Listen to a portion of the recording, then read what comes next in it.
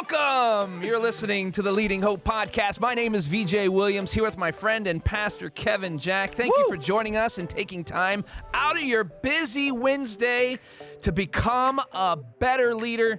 And if you're new, man, I tell you what, we're so glad that you're here. And we have a new episode every Wednesday. Oh my gosh, VJ. And you can subscribe right now at your favorite podcast platform to get that delivered right to your device every Wednesday morning automatically. Also, share this with a friend on Facebook, YouTube, or Instagram. And please rate and review on Apple Podcasts. You won't believe how that helps get this podcast in the hands of more leaders just like you. And visit leadinghope.online to get updates, find out more about the Leading Hope community and some other things that are going on there. But today we are still in the standalones. We're going to do this for a while, right? Yeah. So that's going to be cool. That's going to be good. So look out for these different topics throughout, not connected to a series, which is going to be fun because it could be anything, any week. Anything. Which is great. Anything could happen, VJ. But today, anything can happen, Kevin.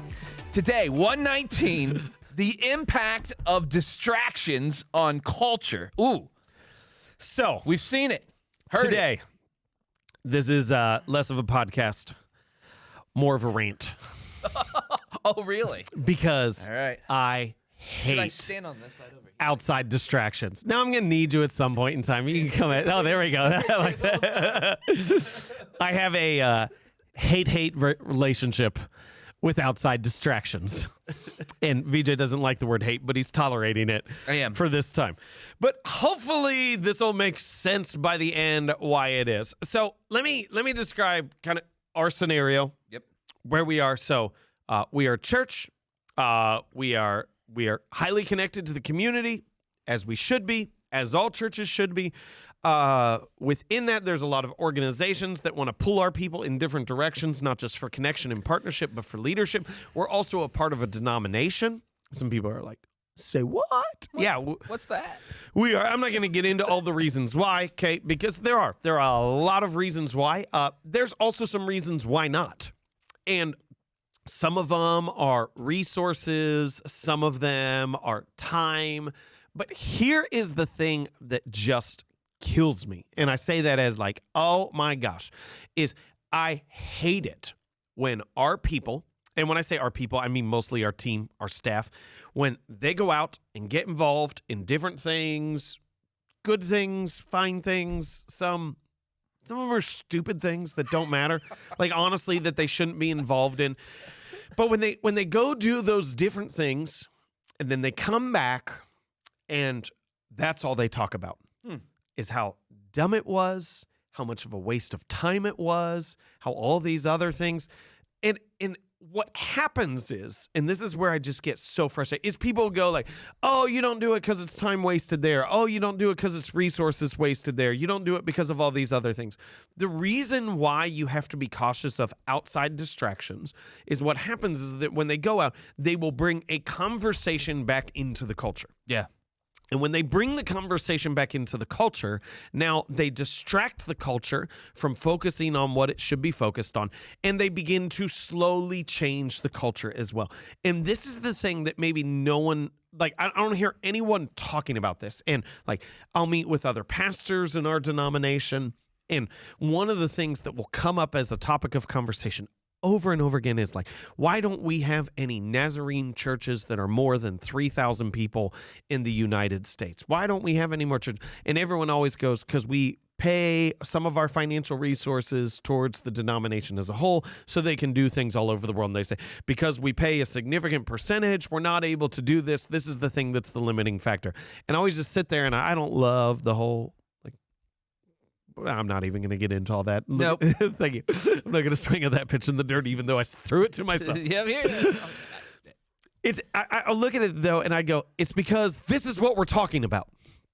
It's because this is the thing that is now part of the conversation. And it's this sense of, to say, like, anytime you inject the most important culture creating tool you have is the conversation that is going on. Now, I'm not saying just because you're having the conversation that you're going to accomplish everything you want to accomplish, but if you're not having the conversation you should be having, I guarantee you will not accomplish what you're hoping to accomplish. And when you inject those outside conversations back into your culture, you have now distracted the culture from what matters most. And this is the most dangerous thing that could happen. This is why I hate outside conversations. This is why I get so frustrated by things that are just distractions, because not only is it time wasted, not only is it resources that could go somewhere else, but now we have gone back into this thing that needs to stay focused, that matters, that is important, that needs to stay on mission, and we've had stupid conversations as part of it. There's so many times, man, you're coming in hot. Coming in hot. That's 6 minutes of straight just hotness. Oh, that was a lot. But hey, listen, this is so true. Yes. We all do it. No one's immune from it, but we need to limit it.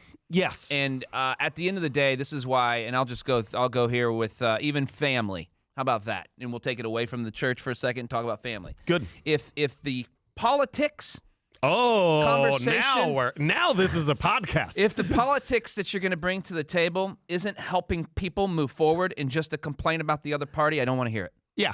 Well, let's say you're gathering together with your extended family. The goal, I know someone would say this, why are we getting together for Thanksgiving? Because we get together for Thanksgiving. Yeah. But like the goal is to stay connected relationally to enrich each other's lives. I know some of you looking at me and you just like hate me right now because I just put a purpose statement on families. But that's the reality, to stay connected relationally and enrich each other's lives. Right. So why would I introduce this topic that is going to completely detract from that? And that's what it does. And that's the culture of your family that you're trying to you'd rather have a family setting. So it's so funny that we talk about these things. But man, when you go and do these things, when you bring them back, you can talk about the things that are the lessons learned. That's always good. Yes. But don't try to create something out of nothing. Well, and then what happens is, and I want to say this, like, I'm starting to rant. I gotta pull back over here. I see this in our team, but I also see this in myself. So like you said earlier, we all do this. Yeah. Like I've gone through events and stuff like that I was mandated to go to, that I had no desire to be a part of, and come back and complained for an entire day. Yeah. How stupid is that? Very. Because not only did I do the thing that I didn't want to say, that's really funny.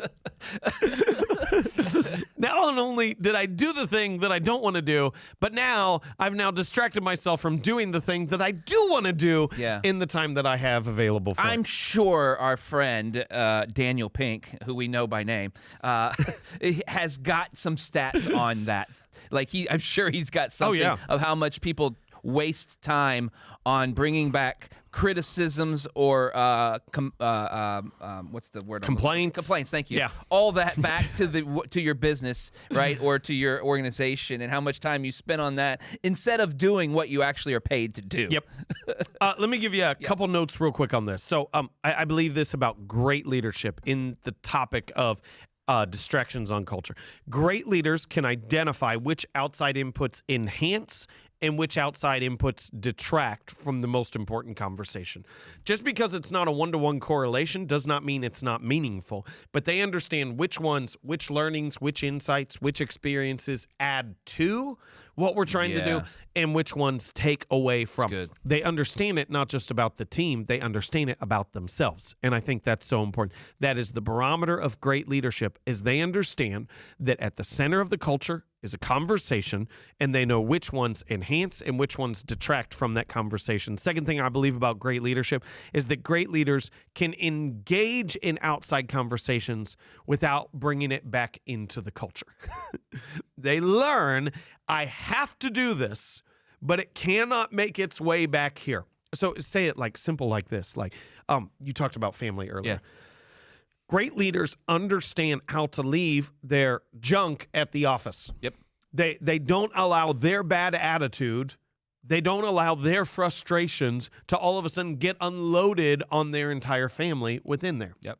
Because they understand at their work is an important conversation, and in their home is an important conversation. Yeah. And so they learn how to create distance between those two. So couple application things. And this is I wanted this when I first wrote this and went through this content. I wanted the rant to end, but it's not. Okay, we're just gonna keep going. So first application point: quit saying, "Oh, we're just talking." Oh, Quit saying, "Oh, weird." I don't mean like dating relationally. That doesn't have anything. It is like when you're hanging out with your coworkers. Quit saying, "Oh, we're just talking," because the culture, the conversations that you have shape the culture. We use this phrase: words create worlds. The words that you use create the world that you live in, even the ones that don't seem significant. Even the ones that don't seem like they matter, those conversations still shape the future and shape the culture. So don't act like your words don't matter, because they do, even when you don't think they do. So eliminate the statement, "We're just talking. It's nothing. Doesn't matter." It matters. Number 2. Be aware of the ongoing conversation. So I've got some categories here. What are you continuously talking about? Are you talking about problems or opportunities? Are you talking about fear or courage? People or ideas? Potential or drawbacks? Complaining or creating? I'm going to run through that again because I think that list is good. Are you talking about problems or opportunities? Fear or courage? People or ideas? Potential or drawbacks? Complaining or creating? You have to be aware of what the ongoing conversation is. And I would say, I have found that most negative people don't realize they're negative. Yeah. They have no idea that all the other data points that someone has on them in their life is them complaining and criticizing. Yep. And so you have to be aware of that. And you go, "Oh my goodness, I'm a negative person. I never shut up about it. Yep. Something is always wrong in my life." Yep. And to say that is just kind of the barometer. That's the pulse you have to have. What is the conversation for you personally? What is the conversation that I'm contributing? And then the third one is just really simple as this. Okay. And this is where the whole thing springs from. You must view conversation as the most powerful culture shaping tool you have. Woo. The ongoing conversation.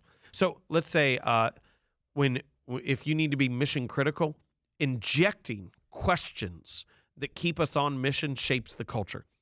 If your team doesn't care about each other, injecting conversations about family, life, everything else shapes the culture. What you talk about is the culture that you have.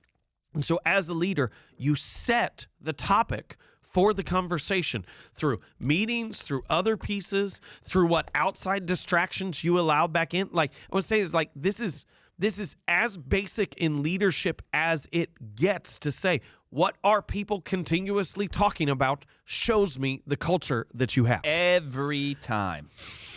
Keep going. You done? Dude, that's great. I could probably go for another 10 minutes on the rant side. Let's go. Let's see what you got. You want to keep ranting? I don't think that'd be helpful. Can I just throw something in there on that part? We have this. Can I just say first off, before you ask the question, just say how crazy this makes me? How crazy it makes me to hear people talk about things that don't matter and then be surprised when they don't accomplish things that matter. Yep. Well, duh. Yep. It wasn't very long ago that I was the negative Nancy, man. Quite a few years ago, 6, 7 years ago. That's everything was, that was my outlook. This isn't going to work out. Nope, that's not good. Nope, you can't do that. Yep. And everything is completely 180 for me because of the way that I think. There's this piece that I don't know how to really jump into this without just bluntly saying it. There's a piece of pessimism where people they spiritualize their criticism. Yeah. That they view their ability what I say is they view their ability to criticize leadership and to point out their problems as their spiritual gifting. Yep. Cynicism is not a spiritual gift. Yeah. God did not gift you with the ability to criticize everything that everyone else is doing. And don't take our word for it. Here, have you ever taken a spiritual gifts test? I'm sure you have. Did it, when you were done, did it say you have the gift of criticism? Congratulations. You should be a critic. This is why you're here on this earth. That's funny. But it's getting back to this thing, just one point that I want to make. Go. About, you said view the conversation as the most powerful culture shaping tool you have. This is a message for anyone watching that wants to start or already has started a live stream for your church. Ooh. Here you go. This is not a rant, but the conversation starts in your lobby. How many people are talking about your church's live stream in your lobby? That's good. If they're not talking about it, you probably don't have much of a live stream. Yeah. If they're not talking about it in your church and your leadership, if they're not talking about it on the daily, if it's not coming up in rallies, if it's not coming up in meetings, that's where your live stream starts. It's not just because you posted a link on Facebook. That's good. The conversations start there, and this is what shapes your thing. We say it every week on ours, that community starts with your comment, and we had to create that environment. We constantly talk about people talking about it. Yeah. We talk about people talking about it. And here's the pushback, if I could anticipate. The pushback is going to be, no, we talk about things that matter. Yep. And so if we're not talking about it, it doesn't matter. That's a lie. Yeah. You talk about things that don't matter all the time. Yep. Like all the time. And so we learn what we need to talk about, and those things become the things that matter. Yeah. And then here's just one more tip. Fulla, this is like VJ's Corner. A game changer for me was once you get the people talking in the lobby, at the church lobby about the live stream, go out and find them and ask them to be part of your team and put them in a space together and start the conversation online. And the same conversation that's happening in your lobby is now online, and now you didn't have 6 comments, you had 60. That's good. And 60 turns to 120 and 240, all that. How much further could you have gone? That's probably good. Yeah, because you didn't really start with a round number. No, 480. So you had the 480. I could go once you're 480. carrying the 1 from the tens to the 960. hundreds, that Maybe gets keep really. going, 12. I'm just. You said 960 and then you followed up with 12. But that's it, right? We want to have these spaces that are meaningful. You have to talk about it and get the people that are talking about it to talk about it with someone. And I want to create some hyper awareness to leaders, and maybe if I could just throw in like a tip right here on how to approach it, is to say, like, the hyper awareness is that if your team is not talking about things that matter, and they get significantly distracted by 1,000 other things, that is now a significant problem for you. Yes. You cannot, I said earlier, like, they may say, oh, we're just talking. You cannot look at it and go, oh, they're just talking. It's not a big deal. It is a big deal. It's a huge deal. And I don't think the way to walk into that is just to be like, shut up. Right. But if I could say it like this, and some of you aren't going to like this at all, and that's perfectly fine, is to color the perspective and to show why this conversation does not matter to the mission, and the mission matters more. Right. Now, when you do that, no one is going to say thank you. Nope. Like when you say, hey, this is not a conversation worth having. We've got these things to accomplish. We can no longer be distracted by these other things. I understand some of them you may even have to do, but leave it there and have this conversation when you're a part of this team. They're not going to hug you and be like, oh, you're so right. Nope. They're going to think you're territorial and overbearing and no fun. Get over it. Yep. And do something that matters. And then the other thing that you've taught us to do also, and then we had a whole series about it, is after you have that conversation with your team, is then tell a story of the impact it actually does. Yes. And switch their mindset right in the middle of it and say, hey, while this doesn't, this other thing that you did, and you could even tell them what they did that mattered. It changed their whole mindset in the moment about what actually does, and then you can move forward. Yep, It's good absolutely. stuff. Anything else you want to break down this incredible episode of the impact, the rant of the impact of distractions on culture? Now, this is just the last Hey, we piece. got to some helpful things. Yeah. It wasn't just the rant. Oh, I hope it was. The last piece for me is just to understand, like, at the center of your culture is a conversation. Yeah. You need to monitor that. You need to lead it. And you can't allow outside distractions to become the primary conversation because your mission is too important. That is fantastic, and that's where we'll leave episode 119, the impact of distractions on culture. Thank you for joining us and taking time out of your day to be with us. If you're new to the podcast, thanks for being here. If you haven't subscribed, it would mean the world to us if you did that now. Also, post about it on Apple Podcast, rate and review there, or on whatever podcast you are, rate and review. You won't believe how that helps get it up. They've got algorithms everywhere. It helps us get to more people so that they can have conversations with us as well and move everyone forward, which is always exciting when we do, and help leaders get better, and that's the whole goal. We love hearing your stories of how the podcast is working in your life and business. Visit leadinghope.online. We'd love to hear from you. And remember, everyone has 21 Everyone, you say everyone, I say that. Remember, everyone has 20 minutes to learn to become a better leader. Make it count. It's like automatic.